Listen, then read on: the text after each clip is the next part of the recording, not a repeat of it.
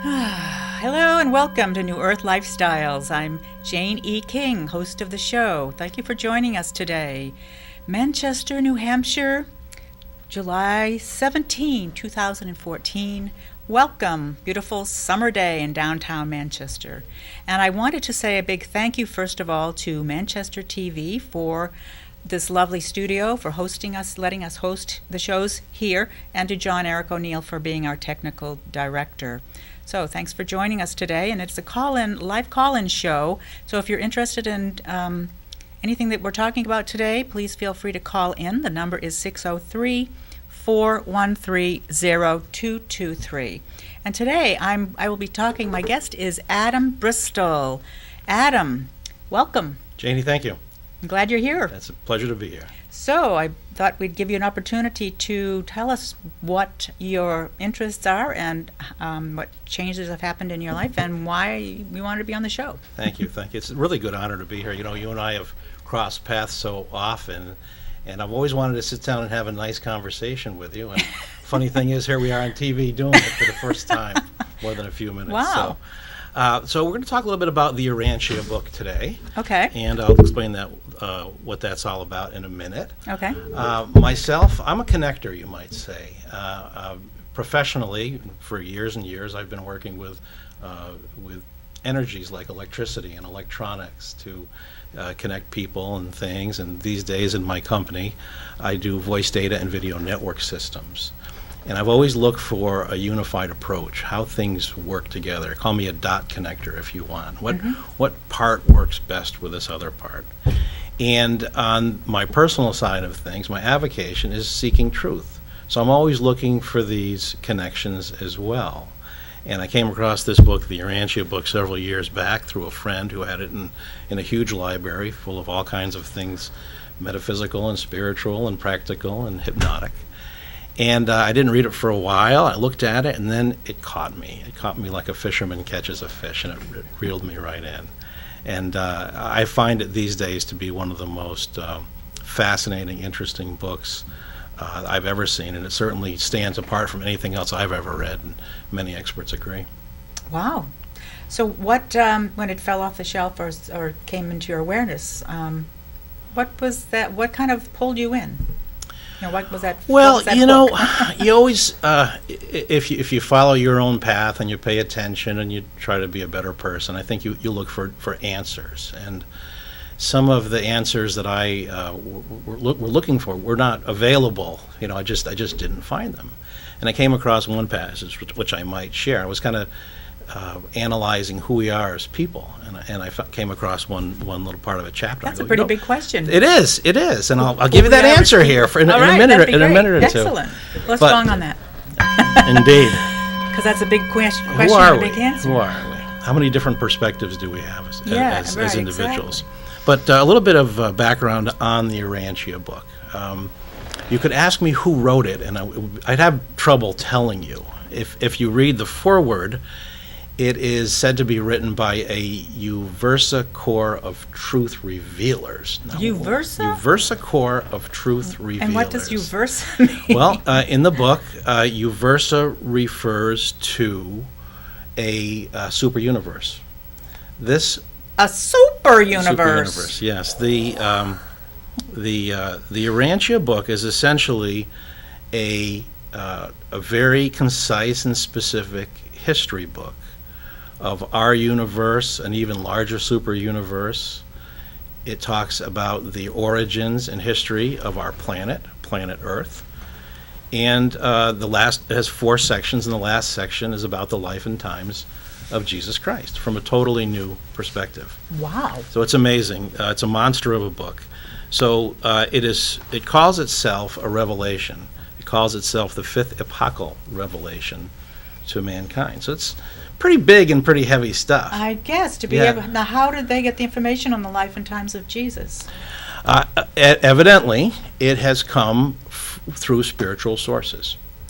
Now, if that's true, and I think there's a lot of truth to this book, it's pretty phenomenal.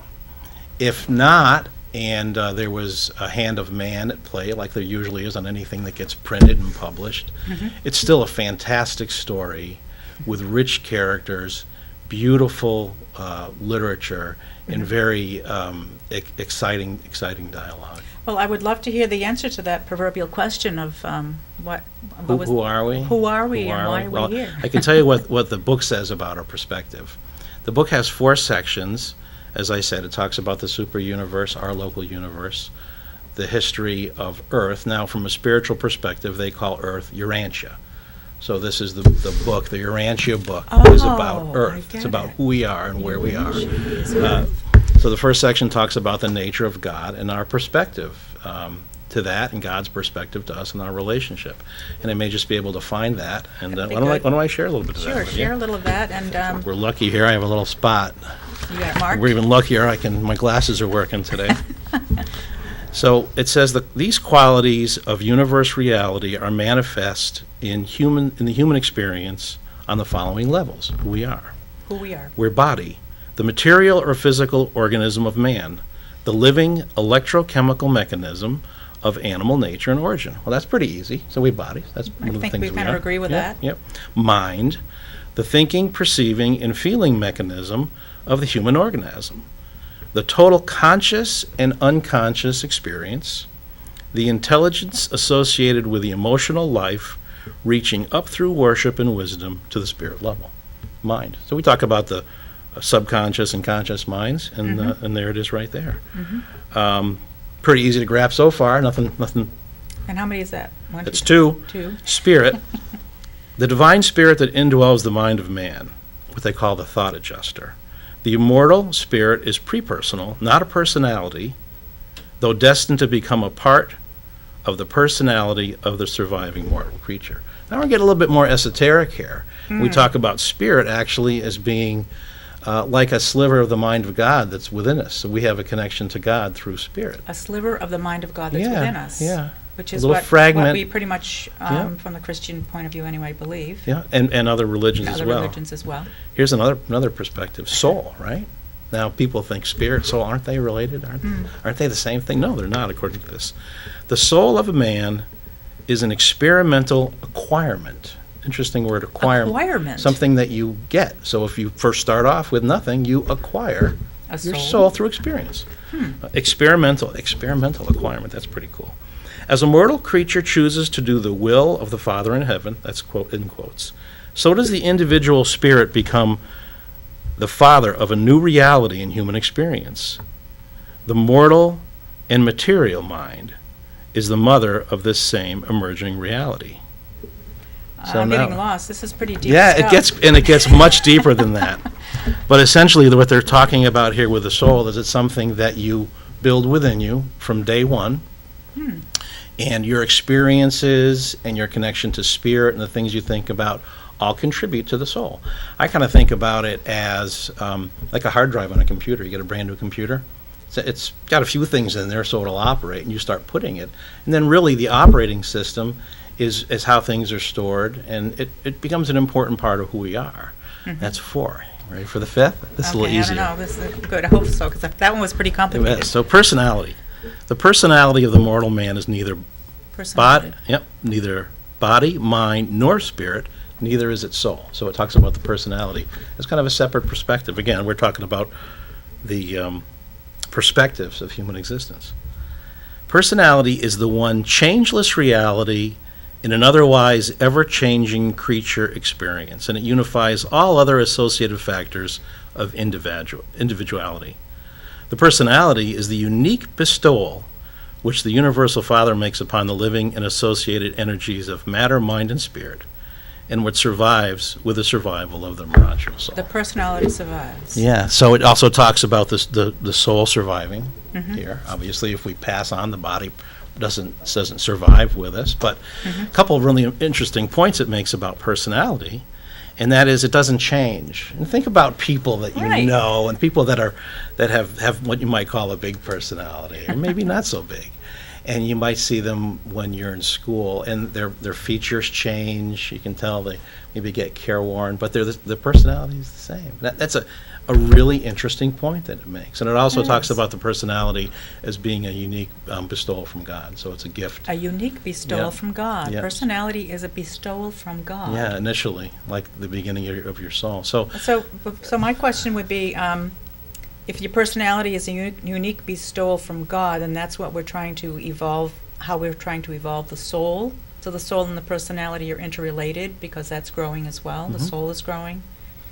Yeah, it's evolving, sure. Evolving. And then when we shed this body, when we die, those things are still alive. The personality and the soul. And attributes of mind as well. And attributes of mind. And obviously, if the spirit is something that was a gift from God as well. You know, it's actually a fragment or a little piece of him. Well, that being immortal and infinite, that's certainly going to be hanging around, right? So pretty much all five of these things are hanging around. Except for the body, maybe. Well, except for that. So yeah, so and 4 out of 5 of these they things. talk a lot about how to work with spirit, and essentially how to attain something called survival, which is similar to the Christian faith. And it's pretty simple and pretty basic formula, despite the fact that this book has 196 chapters, 2,097 pages. And if one were to actually sit down and make a job out of reading it about as fast as we're talking today, it probably would take the average person 3 to 4 weeks nonstop to read. It's just phenomenal. Yeah. So we talk a lot about this is just a very short example of how the book says who we are. Talks about the nature of God in many different aspects. It talks about parallels a lot with the Bible. It parallels a lot, and there's been studies done in other books published. And I'll give you just a quick idea of this. This is another book that my sister sent me just recently, and it's called Paramony. And this is a study that's done in the links between the Urantia book and the Bible. And it's nothing but a concordance full of references and numbers to say, okay, this chapter equals that chapter. There's no actual text in here. It's just a reference manual. It's a reference, just putting an index. Chapters and paragraphs in this together with the Bible. Right. So I'm curious still about how it came to be, and sure, let's go there a little bit. because that's when I read a book, I like to know the author and feel comfortable with the origin of how the material comes to be. Well, the book itself claims to be spiritually channeled, and obviously, if something is spiritually channeled, it comes through a person. And this originally was discovered back in the 1920s. By a Dr. William Sandler in Chicago. He was a pretty well-renowned physician and psychiatrist. And he was also a skeptic. He was a debunker, and before this had actually written volumes on debunking spiritual happenings. I thought that was pretty funny, yeah. Well, that does attract it to you. And when you're focused on it in whatever positive or negative way. Yeah. It does attract it to you. That law of attraction works that way, doesn't it? Yeah, it does. So he was called to the house of a man, a friend, who was having very unusual sleep problems. And wake up restless, would make a lot of noise in his sleep, and he ended up spending time with this person, and in a very short period of time, the sleeping patient started talking. And while he was asleep. And he would actually be able to answer questions while he was asleep. Now, we've heard of this phenomenon before. Sleep talking instead of sleep walking. Edgar Cayce, they used to call the sleeping prophet, was one of the more renowned. And there's an entire foundation built. Right. And Edgar Cayce was known to be able to access something called the Akashic Records, which are supposed to be spiritual universal records. And he About was able. Everything, right. Yeah, his specialty while he was the prophet, the sleeping prophet, was actually healing. And he would give people prescriptions of whatever it was, a poultice or something to eat or drink or something to do, and it was phenomenal. His cure rate. People are still following a lot of his information on healing different things going on with people. Yeah, indeed. Yeah. But Dr. Sandler continued to work with this and found that after having some of the information transcribed, it really was something deep and powerful. And how did he come to that conclusion? just by the very quality of the material that was given. Yeah. So that's something you must have sort of resonated with truth somewhere Mm-hmm. along the line? And if you read the book, there's something that will resonate for everybody in this book. It's really quite a phenomenal. So I'm curious about what resonated with you first. What was the first? I mean, Connections. As I said, I'm a connector, and so it connected with something else in your life? yeah, well, it connected with a lifelong quest for truth, you might say, and How did you find this as truth? I find it pretty truthful. I mean, but I mean, how do you know it's truthful? Well, does your heart just go, wah, this is the truth? Or- it's one of these moments that you kind of walk into. Okay. When as a matter of fact, there's a definition I'll give you at the end here that tells you what the definition of truth is. But it's something that resonates deeply, right in the right spot. And essentially, I'm getting to the point where in my studies, my metaphysical studies, where I'm getting what I consider to be pretty well connected, and I ask questions. Pretty well connected, how? Just spiritually. Spiritually connected. Yeah, right. yeah. So you're getting information from the unseen worlds? Yeah, and the funny thing about it, it's almost like a joke. I mean, this book, imagine going back to the ancient days of Sumeria or Mesopotamia, and then giving them an electric motor, right? And then giving them a manual on how to make it work, right? Completely out of the concept. But, I mean, that's not such a far-fetched thing. I mean, go back to the Middle Ages, right, and take an average farmer with a thatched hut working in the field and say, we've got this thing in the future, and it's a tablet, and you can ask it questions, and it will tell you. You can browse the entire planet, and it will tell you how man walked on the moon. Mind until that's 20 years ago. Yeah, and now it's reality. They call us crazy. Right? And here we are. We created this crazy world. And let's search for all the information on man living under the seas, and man walking on the moon, and man attempt to travel to Mars. Yeah, it's insane. It is. But it's not today. And this stuff does, in some perspective, sound crazy. But when you really start to look at the connections, it explains a lot. It makes a lot of sense. And one of the unique characteristics of the book is the very rich detail.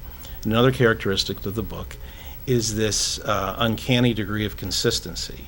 You'd think with 196 papers and almost 2,100 pages, there might be a mistake in there.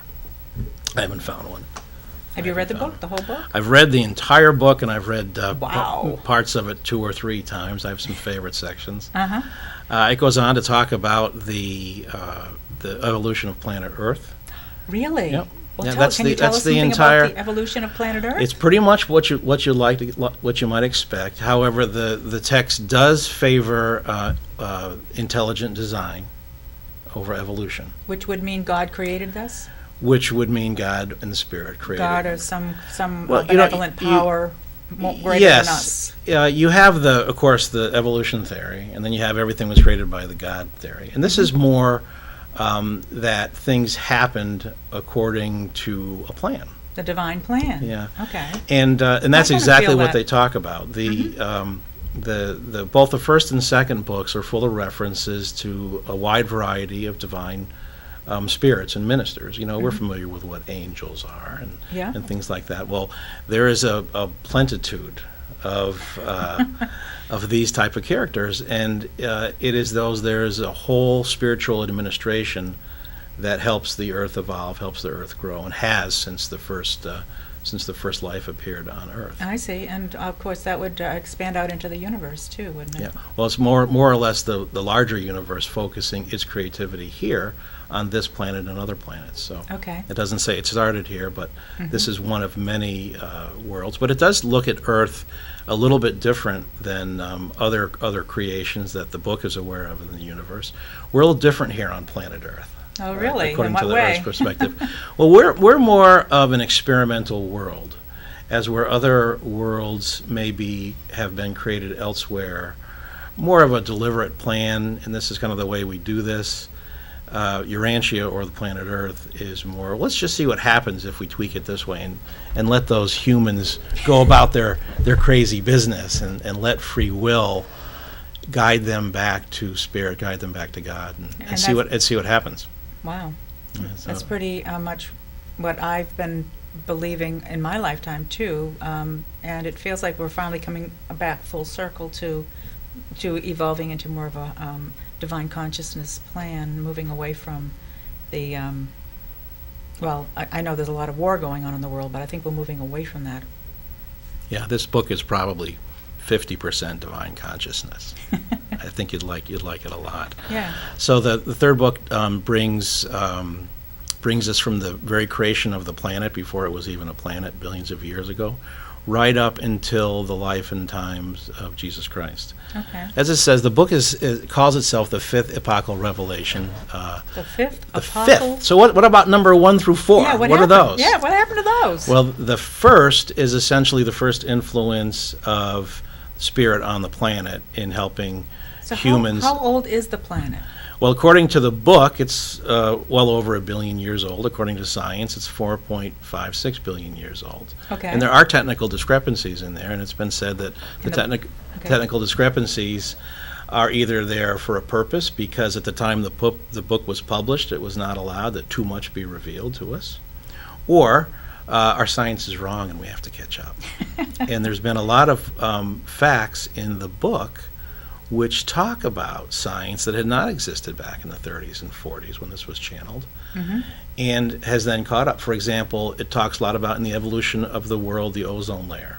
Right? This is Really? back in the 20s and 30s. Yeah. We never thought about that until it became a problem, and then scientists studied it. And it talked about the ozone layer really being only about 1/10 of an inch thick, but extremely important to keep the right amount of types of sunlight in and out. And of course, we've seen the problems. And it's beautiful in my eyes, because here's a point that was brought up in the Urantia book. It's a problem, had been a problem for us. We created a big hole in the ozone from chlorofluorocarbons. And then we fixed it. We eliminated chlorofluorocarbons, and then the hole in the ozone has shrank. It's one of the great successes of environmentalism today. I haven't really heard about that, so I'm glad to know that the ozone hole Well, we have other concerns of global warming and everything else, but there are a lot of answers in the book that, in listening to a lot of scientists today, one would think that the scientists have read the book too. So the science was in this book before it was discovered. Some of it. Some is based on theory at the time.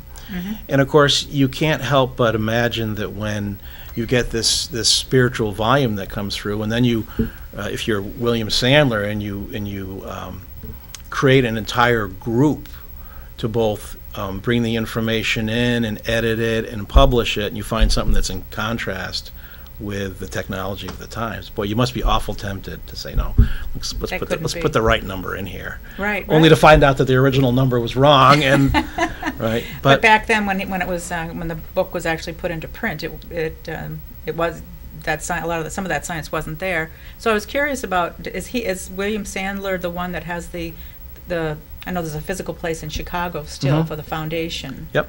And so that was he the one that started that? I don't know about that, and some of these things I'm talking about I could be wrong about. I often am. But my understanding is that the Urantia Foundation that he founded ended up in that area. He was in that area, and that is the current headquarters today. Okay. There were a lot of people involved over the years, and what happened is they first started asking questions of the sleeping person.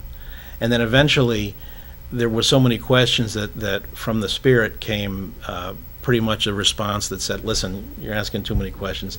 Let's just tell you how it is. Here's the story. Wow. And then this came through. It was transcribed. It was transcribed, so someone was writing it down as They it had was coming through a this secretary, person's voice. yeah, This and- person was sleeping, so-called, or in a trance, whatever they were calling it, sleeping, but it feels more like he was in a trance. Yeah. And he was speaking the story, and someone was writing it down as he spoke. Secretary was transcribing it, and then it was immediately typed up, and they used carbon paper. Remember that? Yeah. And I do. And they put it in a safe, and eventually they would have meetings to release it paper by paper. I see. And to try to refine it and edit it. So I can kind of see all these people as they're revealing one. Like it feels like, I don't know. You can check let me know if I'm wrong. But it feels like they were all sitting around and they all read the one paper, the first paper, and then they'd perhaps have an epiphany or a spiritual experience from just the information coming through, because it's such a And people do have that experience. I mean, I don't know how. I don't know. So you could. That's how spiritual stuff comes through to me. Like maybe that's what you had with that feeling in your heart when this book resonated with you. Is when something is true for you, you can feel it in your body. You have a truth reaction, so to Right, speak. resonance. We call that resonance Right. in doing spiritual work, right? And True, that's where true. something resonates. Where does it resonate? Yeah. Right? Does So it let's go resonate on with here? that resonance. Right. There you go. Where does it resonate in your body, or what's the resonance it might have? Exactly. Yeah, exactly. And so few of us really use our own resonance as a guide, right? True. You know, maybe it resonates like butterflies in your stomach, right? Right. Maybe you ought to rethink of it if that's the way that it feels, you know. Right. Or pay attention. Just for me, it's a matter of pay attention and kind of question what's going on. Is it something I want to know more about, or is it something I need to stay away from? You know. The book is a sophisticated read, and it can be a difficult and complicated read for some people. It was a difficult read for me. I don't think the book is really a complicated book, but it is very sophisticated, and it uses new terminology, a lot of spiritual terminology. Yeah, just reading those 5 definitions. And there's of a lot of whatever that. it was, life. Yeah, but there's some other books that are just so lovely to read. And I recommend the book is available for a free download at urantia.org, Oh, it is. urantia.org. And what I did is downloaded the audio. Ah. And that way I had somebody else worrying about the pronunciation of the words. You And get it I right. enjoyed it while I was driving and before I went to bed. And what I would do is I would listen to a little bit or try to read a little bit. And if I didn't quite get it, I would look in the table of contents to see what really did poke out at me. I see. And I tried to read the first 3 books, and I listened to those, and then I saved the 4th book, which was The Life and Time of Jesus, until the end. And certainly a much different perspective than I learned when I went to church when I was younger. However, the wonderful quality about this book, Janee, is that it doesn't have a preference for one religious approach over another. As a matter of fact, if you really look at what it says, yeah, it really does unite a variety of religious aspects. And as a matter of fact, I've got, I think, a couple of other quotes here that it talks about. What I mean, Do you have one of those quotes from Jesus or about Jesus? yeah, I think I might I'd have love to one hear hiding of those. here somewhere. The other thing I wanted to ask you is how, before you had this book to after you have read the book, what changes have you noticed in your life? Have you noticed anything different about yourself? Oh yeah. I mean, one big thing, one thing or 2 things or some, you know. it's a lot like just getting a bigger perspective on everything. Certainly, when you if you have a certain degree of belief in this book, which I do, it's not 100%, because we know that man's touched it. But there's so much that makes sense in the book, and there's so much that you can apply to your life. It really doesn't matter where it came from. It doesn't matter if it's the 5th apocryphal revelation or the hoax of a sleeping crazy person. There is truth in the book, and there is truth that everybody can find that will resonate within themselves. So I've found it to show me a much bigger picture and to help me move out of the everyday life of context and content, the things that we keep busy on. Running Can you be around. a little more specific about, maybe give us an example in your life? I think in general, I tend not to worry about things as much, Okay. particularly financial. You know, I'm a businessman. I was always very concerned about the numbers. And I made a change in my business that kind of de-emphasized profitability and looked more at encompassing some of the tenets of what was talked about God, about love, about respect for your fellow man, about doing things for the greater good, putting other people's needs equal and ahead of your own. And so instead of really being so concerned about making money on the jobs that I do, the shift was to build relationships to gain and to earn and keep customers. I see. So you changed to more of a heart-based relationship, human relationship, from And- financial or dollar or number need. Yeah, and in doing so, these days it almost seems like the finances take care of themselves, and there's always ample. I see. to run the company. So this feels like it's opened your heart and your connection to That's humanity. a really great way to put it, and Yeah. many people will respond the same way. Mm-hmm. It does have a unifying approach. It not only does it unify or give the potential to unify various religious perspectives, it ties science in with religion, religion with philosophy, philosophy in with science, and Creates a nice it circle. eliminates conflict. I think one of the biggest things that I was able to learn from the book is that when I focus on the material side of life, there seems to be a lot more challenge and a lot more work. And one of the things the Urantia book has taught me is that things really happen in my life, and in all of our lives, in my opinion, on a non-material level. Mm-hmm. And if you go there and you start looking at the laws of the universe, the spiritual laws of the universe, the law of attraction, the law of correspondence, the law of consequence, the law of circulation, these types of things, then you can have a lot better luck and a lot better success. I find it interesting that we as material beings understand natural law. We understand what the law of gravity is. Imagine if we didn't understand the law of gravity and walked off of a deck with no railing, or didn't understand the law of inertia when we drove our car and tried to make two large vehicles occupy the same space at the same time. We call that an accident, right? Well, that's obvious to us, right? But so few people realize that there are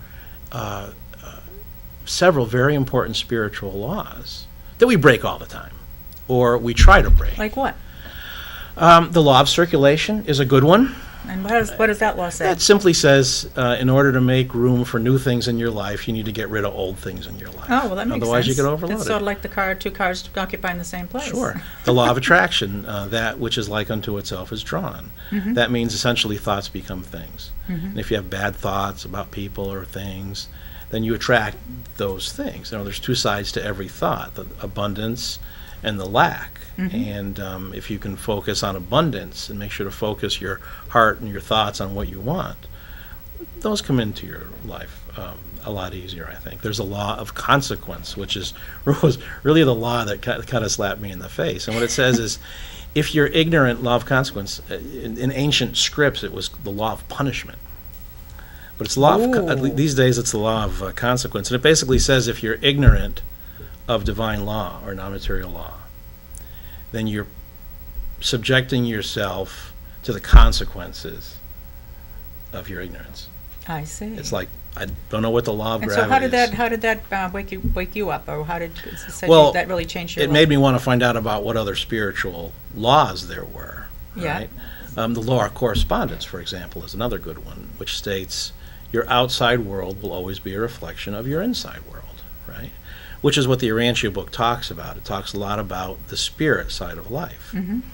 And we realize after reading the Urantia book that if you really want to make changes in your life, you have to make changes inside. Right. You have to learn and try to evolve. That's what New Earth Lifestyles is about. Exactly. It's about us changing ourselves to change the world. Right. The world can't change Right. until we change. And so this is a good one step in that direction. One method is to study the Urantia book. Yeah, great According to you. messages of love and tolerance in the book, and I did find. So were you a different person before you read this book? I mean, what were No, because personalities don't change, right? So you've But- always been this great guy, Oh. loving, caring person. Depends who you ask, I suppose. But Well, deep inside, it just maybe I something I was covering feel- it over in the past, and something's yeah, been released so now. so if Could that be? that's a good question though. So if personalities don't change, how do we evolve? How do we grow? Yeah. Right? Yeah, something's got to change. Well, I hope. what can change is behavior. Mm-hmm. And a couple of things that the Urantia book talks about in behavior is some mistakes that have been made on planet Earth. Mm-hmm. And it has a different perspective on the whole devil, the angel falling from grace. Mm-hmm. It has a whole perspective on that, which makes a lot more sense to me than the biblical story. And it has a different perspective on the story of Adam and Eve. And we talked about the apocryphal revelations in the book. So I'll digress there just for a second because it brings us into context. The first apocryphal revelation was essentially the first influence of spirit on planet Earth. The first, let's slow down.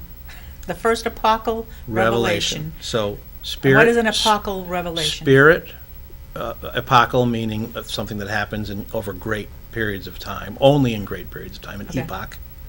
Okay, something happens over great periods of time, Yep. which would be more than one lifetime. Yeah. So in the history of the billion or more years on Earth, we're only talking about five epochs. From a spiritual. Oh, I see. So 1 billion. The book is saying the Earth is 1 billion years old. So there are 5 epochs or 5 that's broken into 5 pieces. 5. As far as revelation is concerned. Okay, so 5 revelations. Yes. So there's 5 sections from when it was the Earth 5 started to now. 5 major times that Spirit has tried to. 5 major times. So that's kind of in line with the Hopi, the Native American. Is it? Yeah. I think they're saying we're moving into this 12 was a shift into the 5th world, they call it, and each one ended with a like a flood, or some big thing that overcame. That's the a earth. connection right there, right? Yeah, that's right. that's what we look for. Well, there's when we do Noah's this kind Ark, of research, in the right? Bible, and I'm sure it sounds like it might be in there. But yeah, the native people, the indigenous people of this continent, anyway, believe that we're into the 5th world. So I Right. guess that just sort of tricked. So before I neglect to finish, because I've forgotten ahead. twice already. So the first, Yeah. if you think of the first apocalyptic revelation, is the first influence of spirit to help the earth evolve. Okay. And we don't What really is spirit? Spirit. We just read the definition of spirit, right? I know, but it's complicated. It is complicated in this book. So think about spirit as everything that's non-material. Okay, everything that's not material. So Yeah. that's the first apocalypse. Apocal. Apoc- As an epoch. E-P-O-C-H. As an epoch. And so Yeah. is there another English word that would So, be easier for me to remember? Epoch. Or The cycle, first or- revelation of great times. First revelation of great Something times. like that. Okay, yeah. all right. The second would be Adam and Eve. Okay. Humanity comes in. Right. And humans were here, but they talk about the arrival of Adam and Eve to help boost that human experience and that human genetic seed to the next level. From where? From where they may have been before Adam and Eve arrived to where they could have gone. So did they come from another universe and came here and then became Adam and Eve? They were, according to the book, Adam and Eve were specifically destined to arrive on Earth from another place. Okay, just another place. Yeah, and you'll have to read the book to get that one. Gotta read the 'cause book, okay. I don't want to spoil it for anybody. There's no spoilers here today. Okay, we got to read the book to find that out. But so the third epochal revelation was the arrival of Macavita Melchizedek, and he was a contemporary. Melchizedek. The Melchizedeks are I've heard of them. yeah. He was a contemporary of Abraham, and who was Abraham, the progenitor of three of our major religions on the earth today, right? So here we see the spiritual influence happening here as a revelation from spirit. And Abraham, of course, was not only a great leader, he was a great warrior and very influential. And he was chosen. Now, did he come from Adam and Eve, or did he come from another place? He, according to the book, the Melchizedeks are a core of leaders and educators, and they typically fill in when there's emergencies. They tend to arrive at just the right time. From another place. Yeah. And so you also see the arrival of Melchizedek as also the transition between a polytheistic and a monotheistic viewpoint. Polytheistic and monotheistic. Okay, So poly is many gods and mono Yes, is one god. right. So you think of the Greeks and the Romans, the god of Poseidon, and the god of the water, Poseidon, and those type of things. You know, Yeah. there are a lot of gods. And the earth, the sun, who's that? Thor? No, I forget. The god of the sun, the god of the earth, the god of the moon, goddesses. That I'm not an Isis. expert on. I hesitate to comment. I could Okay. guess, but it Well, would let's be just just sort that. of clear the air with that one. Okay. And in the ringing of the bell, that's appropriate because we'll talk about the fourth apocalyptic revelation, Fourth apocalyptic revelation. which is the arrival of Jesus. Let's have another gong on that one. Indeed, we The shall. fourth apocalypation is the arrival of Jesus onto the earth. According to the book. Uh-huh. And then the last is the book itself, and it doesn't talk about anything that's happening since then. The book being revealed to the earth, being put Right. into black and white for Right. people to read. Yeah, it's almost as though they needed to do this because they felt that the earth wasn't really getting some of the previous messages, and that we I wanted see. to, it's there for clarification. Mm-hmm. I mean, it's pretty big, pretty important volume. Very big. And whether you consider it to be personally true or authentic, again, I think is pretty much besides the point. It's what Mm-hmm. it can offer the individual. Mm-hmm. And if enough individuals do, look at some of these messages, what it has to offer the world on a bigger scale. And what does it have to offer the world as from your perspective? Well, I think the most important thing, one of the more important things, maybe not the most important thing, I think the most important is the message of love, but one of the more message of important that love. it can offer mankind is religious tolerance. Mhm. With so much problems in the world today and so much war and the things that are going on. Today, especially in yeah, the Middle East, still. yeah.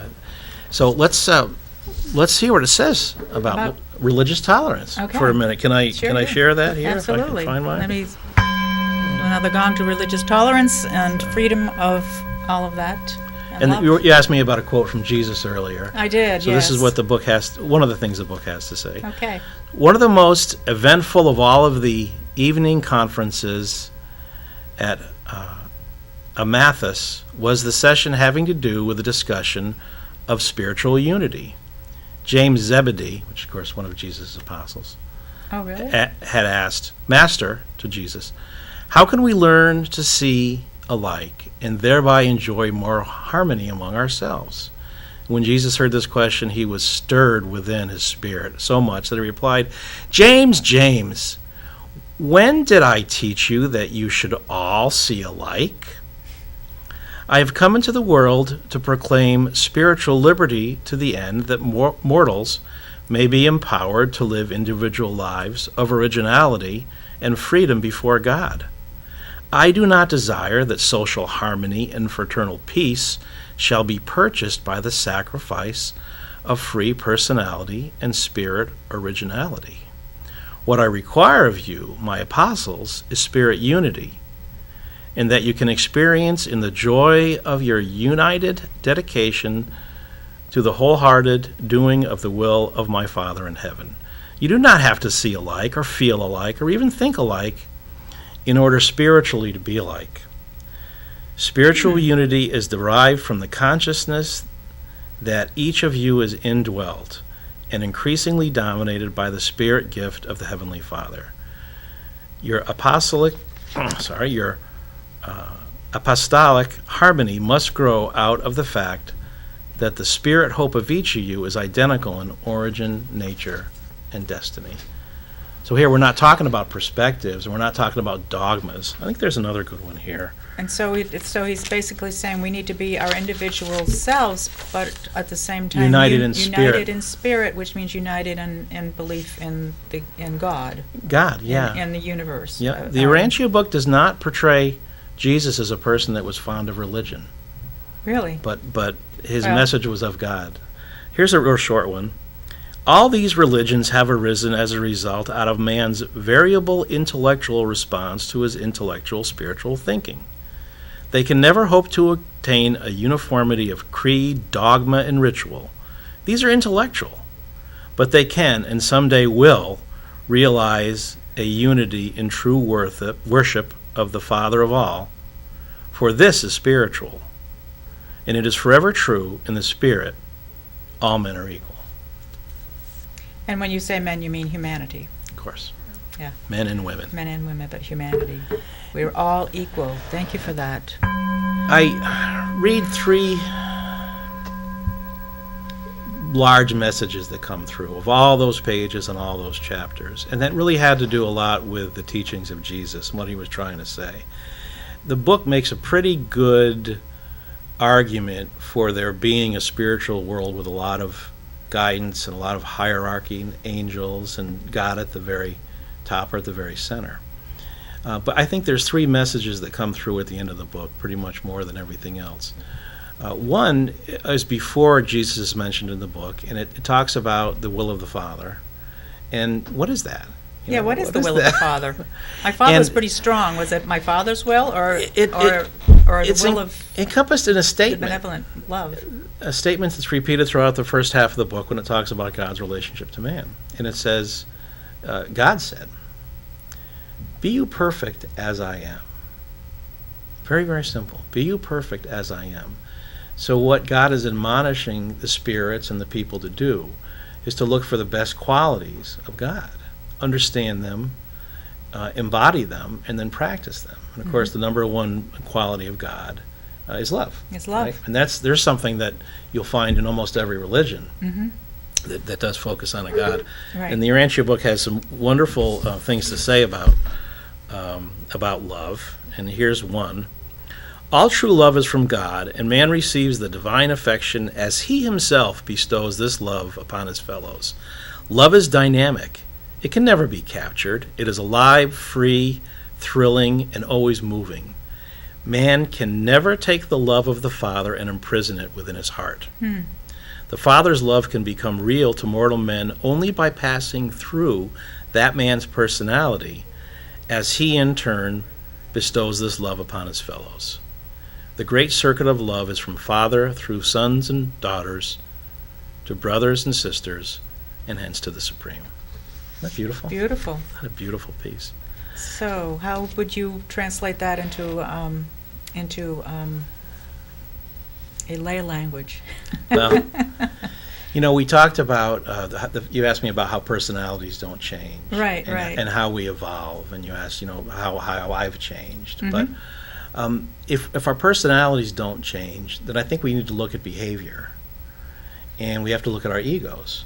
And I think the great change, which I think has been the great challenge for mankind and for spirit for millennia, is the choice of when am I going to move to service to myself, or when am I going to move from service, when am I going to move from service to myself to service to God and service to others? Which is the same as service to self, ultimately. It is. It is. Very smart people realize that eventually. So you're one of those, evidently. Well, that's the goal. Yeah. From my perspective, anyway, where I'm going. Yeah. Now, I've kind of come from. I haven't read the book, the Urantia book, but I've come from the training of Barbara Brennan, which I'm not sure where her whole thing comes from, but what I've understood is different than that, and that is that the aura, our energy field, which is just one dimension of humanity, of us, of me, is our personality. And by healing the blocks and the shifts and the things we don't want that are in our aura, it can shift our personality. Sure. So maybe we're looking at what a definition of personality really is, and maybe what you said about ego is more what's happening with clearing the aura. I think we are talking about that. When you do energy work with people, whether like the kind of healing we do at church sometimes, or energy work. I've got a friend that does pranic healing and marconics, and it's very, very interesting. She does some wonderful work there. That stuff is all backed up with love. I have to believe that you're not doing that until you truly want to help somebody. And when you start dealing with that power, then you are affecting people on the outside, and people can change on the inside. But the real change, I think, is to move from ego to character. If we say personalities don't change, and if we agree with that, then we're really talking about changing behavior from ego to character. To character. And so what aspects of character are we looking at? And it's those aspects which are most godlike, I think, that help us be productive and happy and helpful people. Sharing that, being able to share in that way, I think is with someone closely, I think is one of the nicest things you can do for somebody. You mean doing energy healing of Sure, some type? energy work. Energy medicine.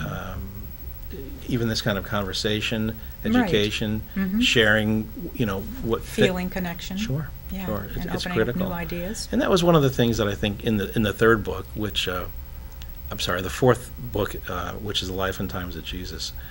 It's just a very interesting expose on things that you'll just never find in the Bible about Jesus. But even though there's references to the Bible from that. Yeah, and I'll say that I've not read anything in this that contradicts anything in the Bible. It basically brings things into a sharper relief. A sharper relief, meaning clearer. Right? So now you will find plenty of stuff in here that contradicts with man's, and in some cases religion's, interpretation of the Bible. Well, that's the whole point, isn't it? I mean, the Bible, the interpretation is really what broke up into Catholicism and Protestants and Judaism. And, of course. all the pieces that took how they took these places in the Bible to mean. That are, I mean, you're reading the same book, but then you're splintering it off to translate it differently. You're adding human perspective. Absolutely, right? Yeah, absolutely. That's what you're doing. And the story of Jesus in this book tries to get rid of a lot of that, and it's a very, very simple message that he came through with, and it's a message that I don't think necessarily has to be complicated like a lot of the religions do today, and it essentially is the message of the fatherhood of God and the brotherhood and sisterhood of man and woman, and that's really it. That's pretty much. Well, then that's basically what the Bible's Bible's the message, right? But how is it that over the years we have to have such extensive dogmatic interpretation, such. Well, we all kind of know what that is about. It's more about the almighty gold piece than.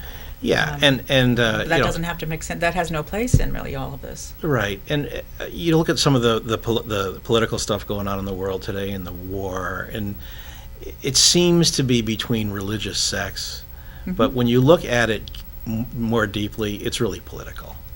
Particularly the stuff that's going on, in the Middle East today, where these people are killing just for the love of killing. There's nothing spiritual, nothing biblical in any of that. No, and they're it's not a very doing small. They were talking about that, and the Muslims believe in peace as much as the Christians believe in Absolutely. peace, as much as the Jewish people believe in peace. Yep. And it's a small, like 1% of those populations that's really there loving to kill because they have whatever background in that maybe they lost their whole family to the other side Sure. or something, and that they have this anger within them or something that's driving them to kill. And forgiveness is a wonderful message. It is. Forgiveness in is this, that's all and there is. it's a message that I wish we could share with more people throughout the world. It would make a big difference. And that's the whole thing right there is forgiveness. Yeah. That's, for me anyway, that's been my savior for helping me to live through my life a lot better than I had in the past. Yeah. Forgiving myself, basically. Yeah, but you're right. It's just a small faction, but boy, the sensationalism of their acts can really catch world attention. Yes. I think it's time we started putting attention on the original message that the Urantia book has, and that is simply try to be perfect like God. Try to think about the bigger picture. Try to understand what it is to relate to God like your Father, and relate to your fellow human as your brother and your sister. And you do that, you at least can slow down and think about things a little bit. One problem I have with that is that some people, when you say think of God as your father, some people don't like their father and have a bad, or have had a bad upbringing, and so you say the father. So I like to put it into a different context of the divine creative energy that Sure. is all that we are. Yeah. Because some people, our source energy or something like that. Because some people, for me, I had my relationship with my father was difficult until the end when I healed a lot of that while I was taking care of him in his last years. And so the word father, as far as worshiping, can have negative connotations to me anyway. Because of upbringing. Because of my upbringing, yeah. Well, a good way to move away from that, and they do use the word father in the book a lot. It was written in the 30s and 40s, or transcribed anyhow. I like to think, in cases that you just mentioned, to substitute. Okay, get rid of the old father and put a new father in there. They're different. Now you got a father that does all wonderful things for your spirit. But in fact, there are so many different perspectives in the Urantia book, so many different approaches to what God is. You are free to choose any one. Oh, really? So it's not like one. No. Oh, no. There are.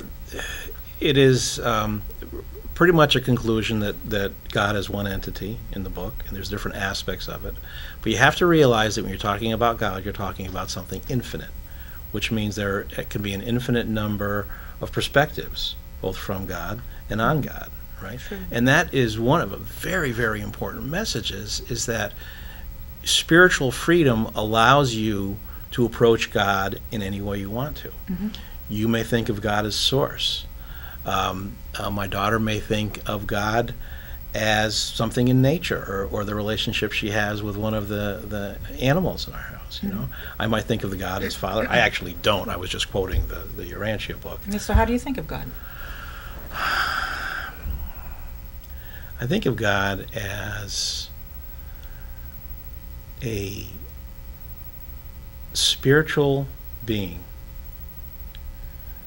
that is there to share his love through all of the spirit world, through all the angels and all the miniatures, to everyone who so much as tries to approach him. I don't believe that we need to go through a lot to approach God. And I do think that God, I do think that God is a personality too. He's someone that you can have a relationship with, not mindless energy. Really? And the Urantia book is very clear about that, that God is personality. Just like all spirits that you might deal with are personality. Now, whether they are evolved or created.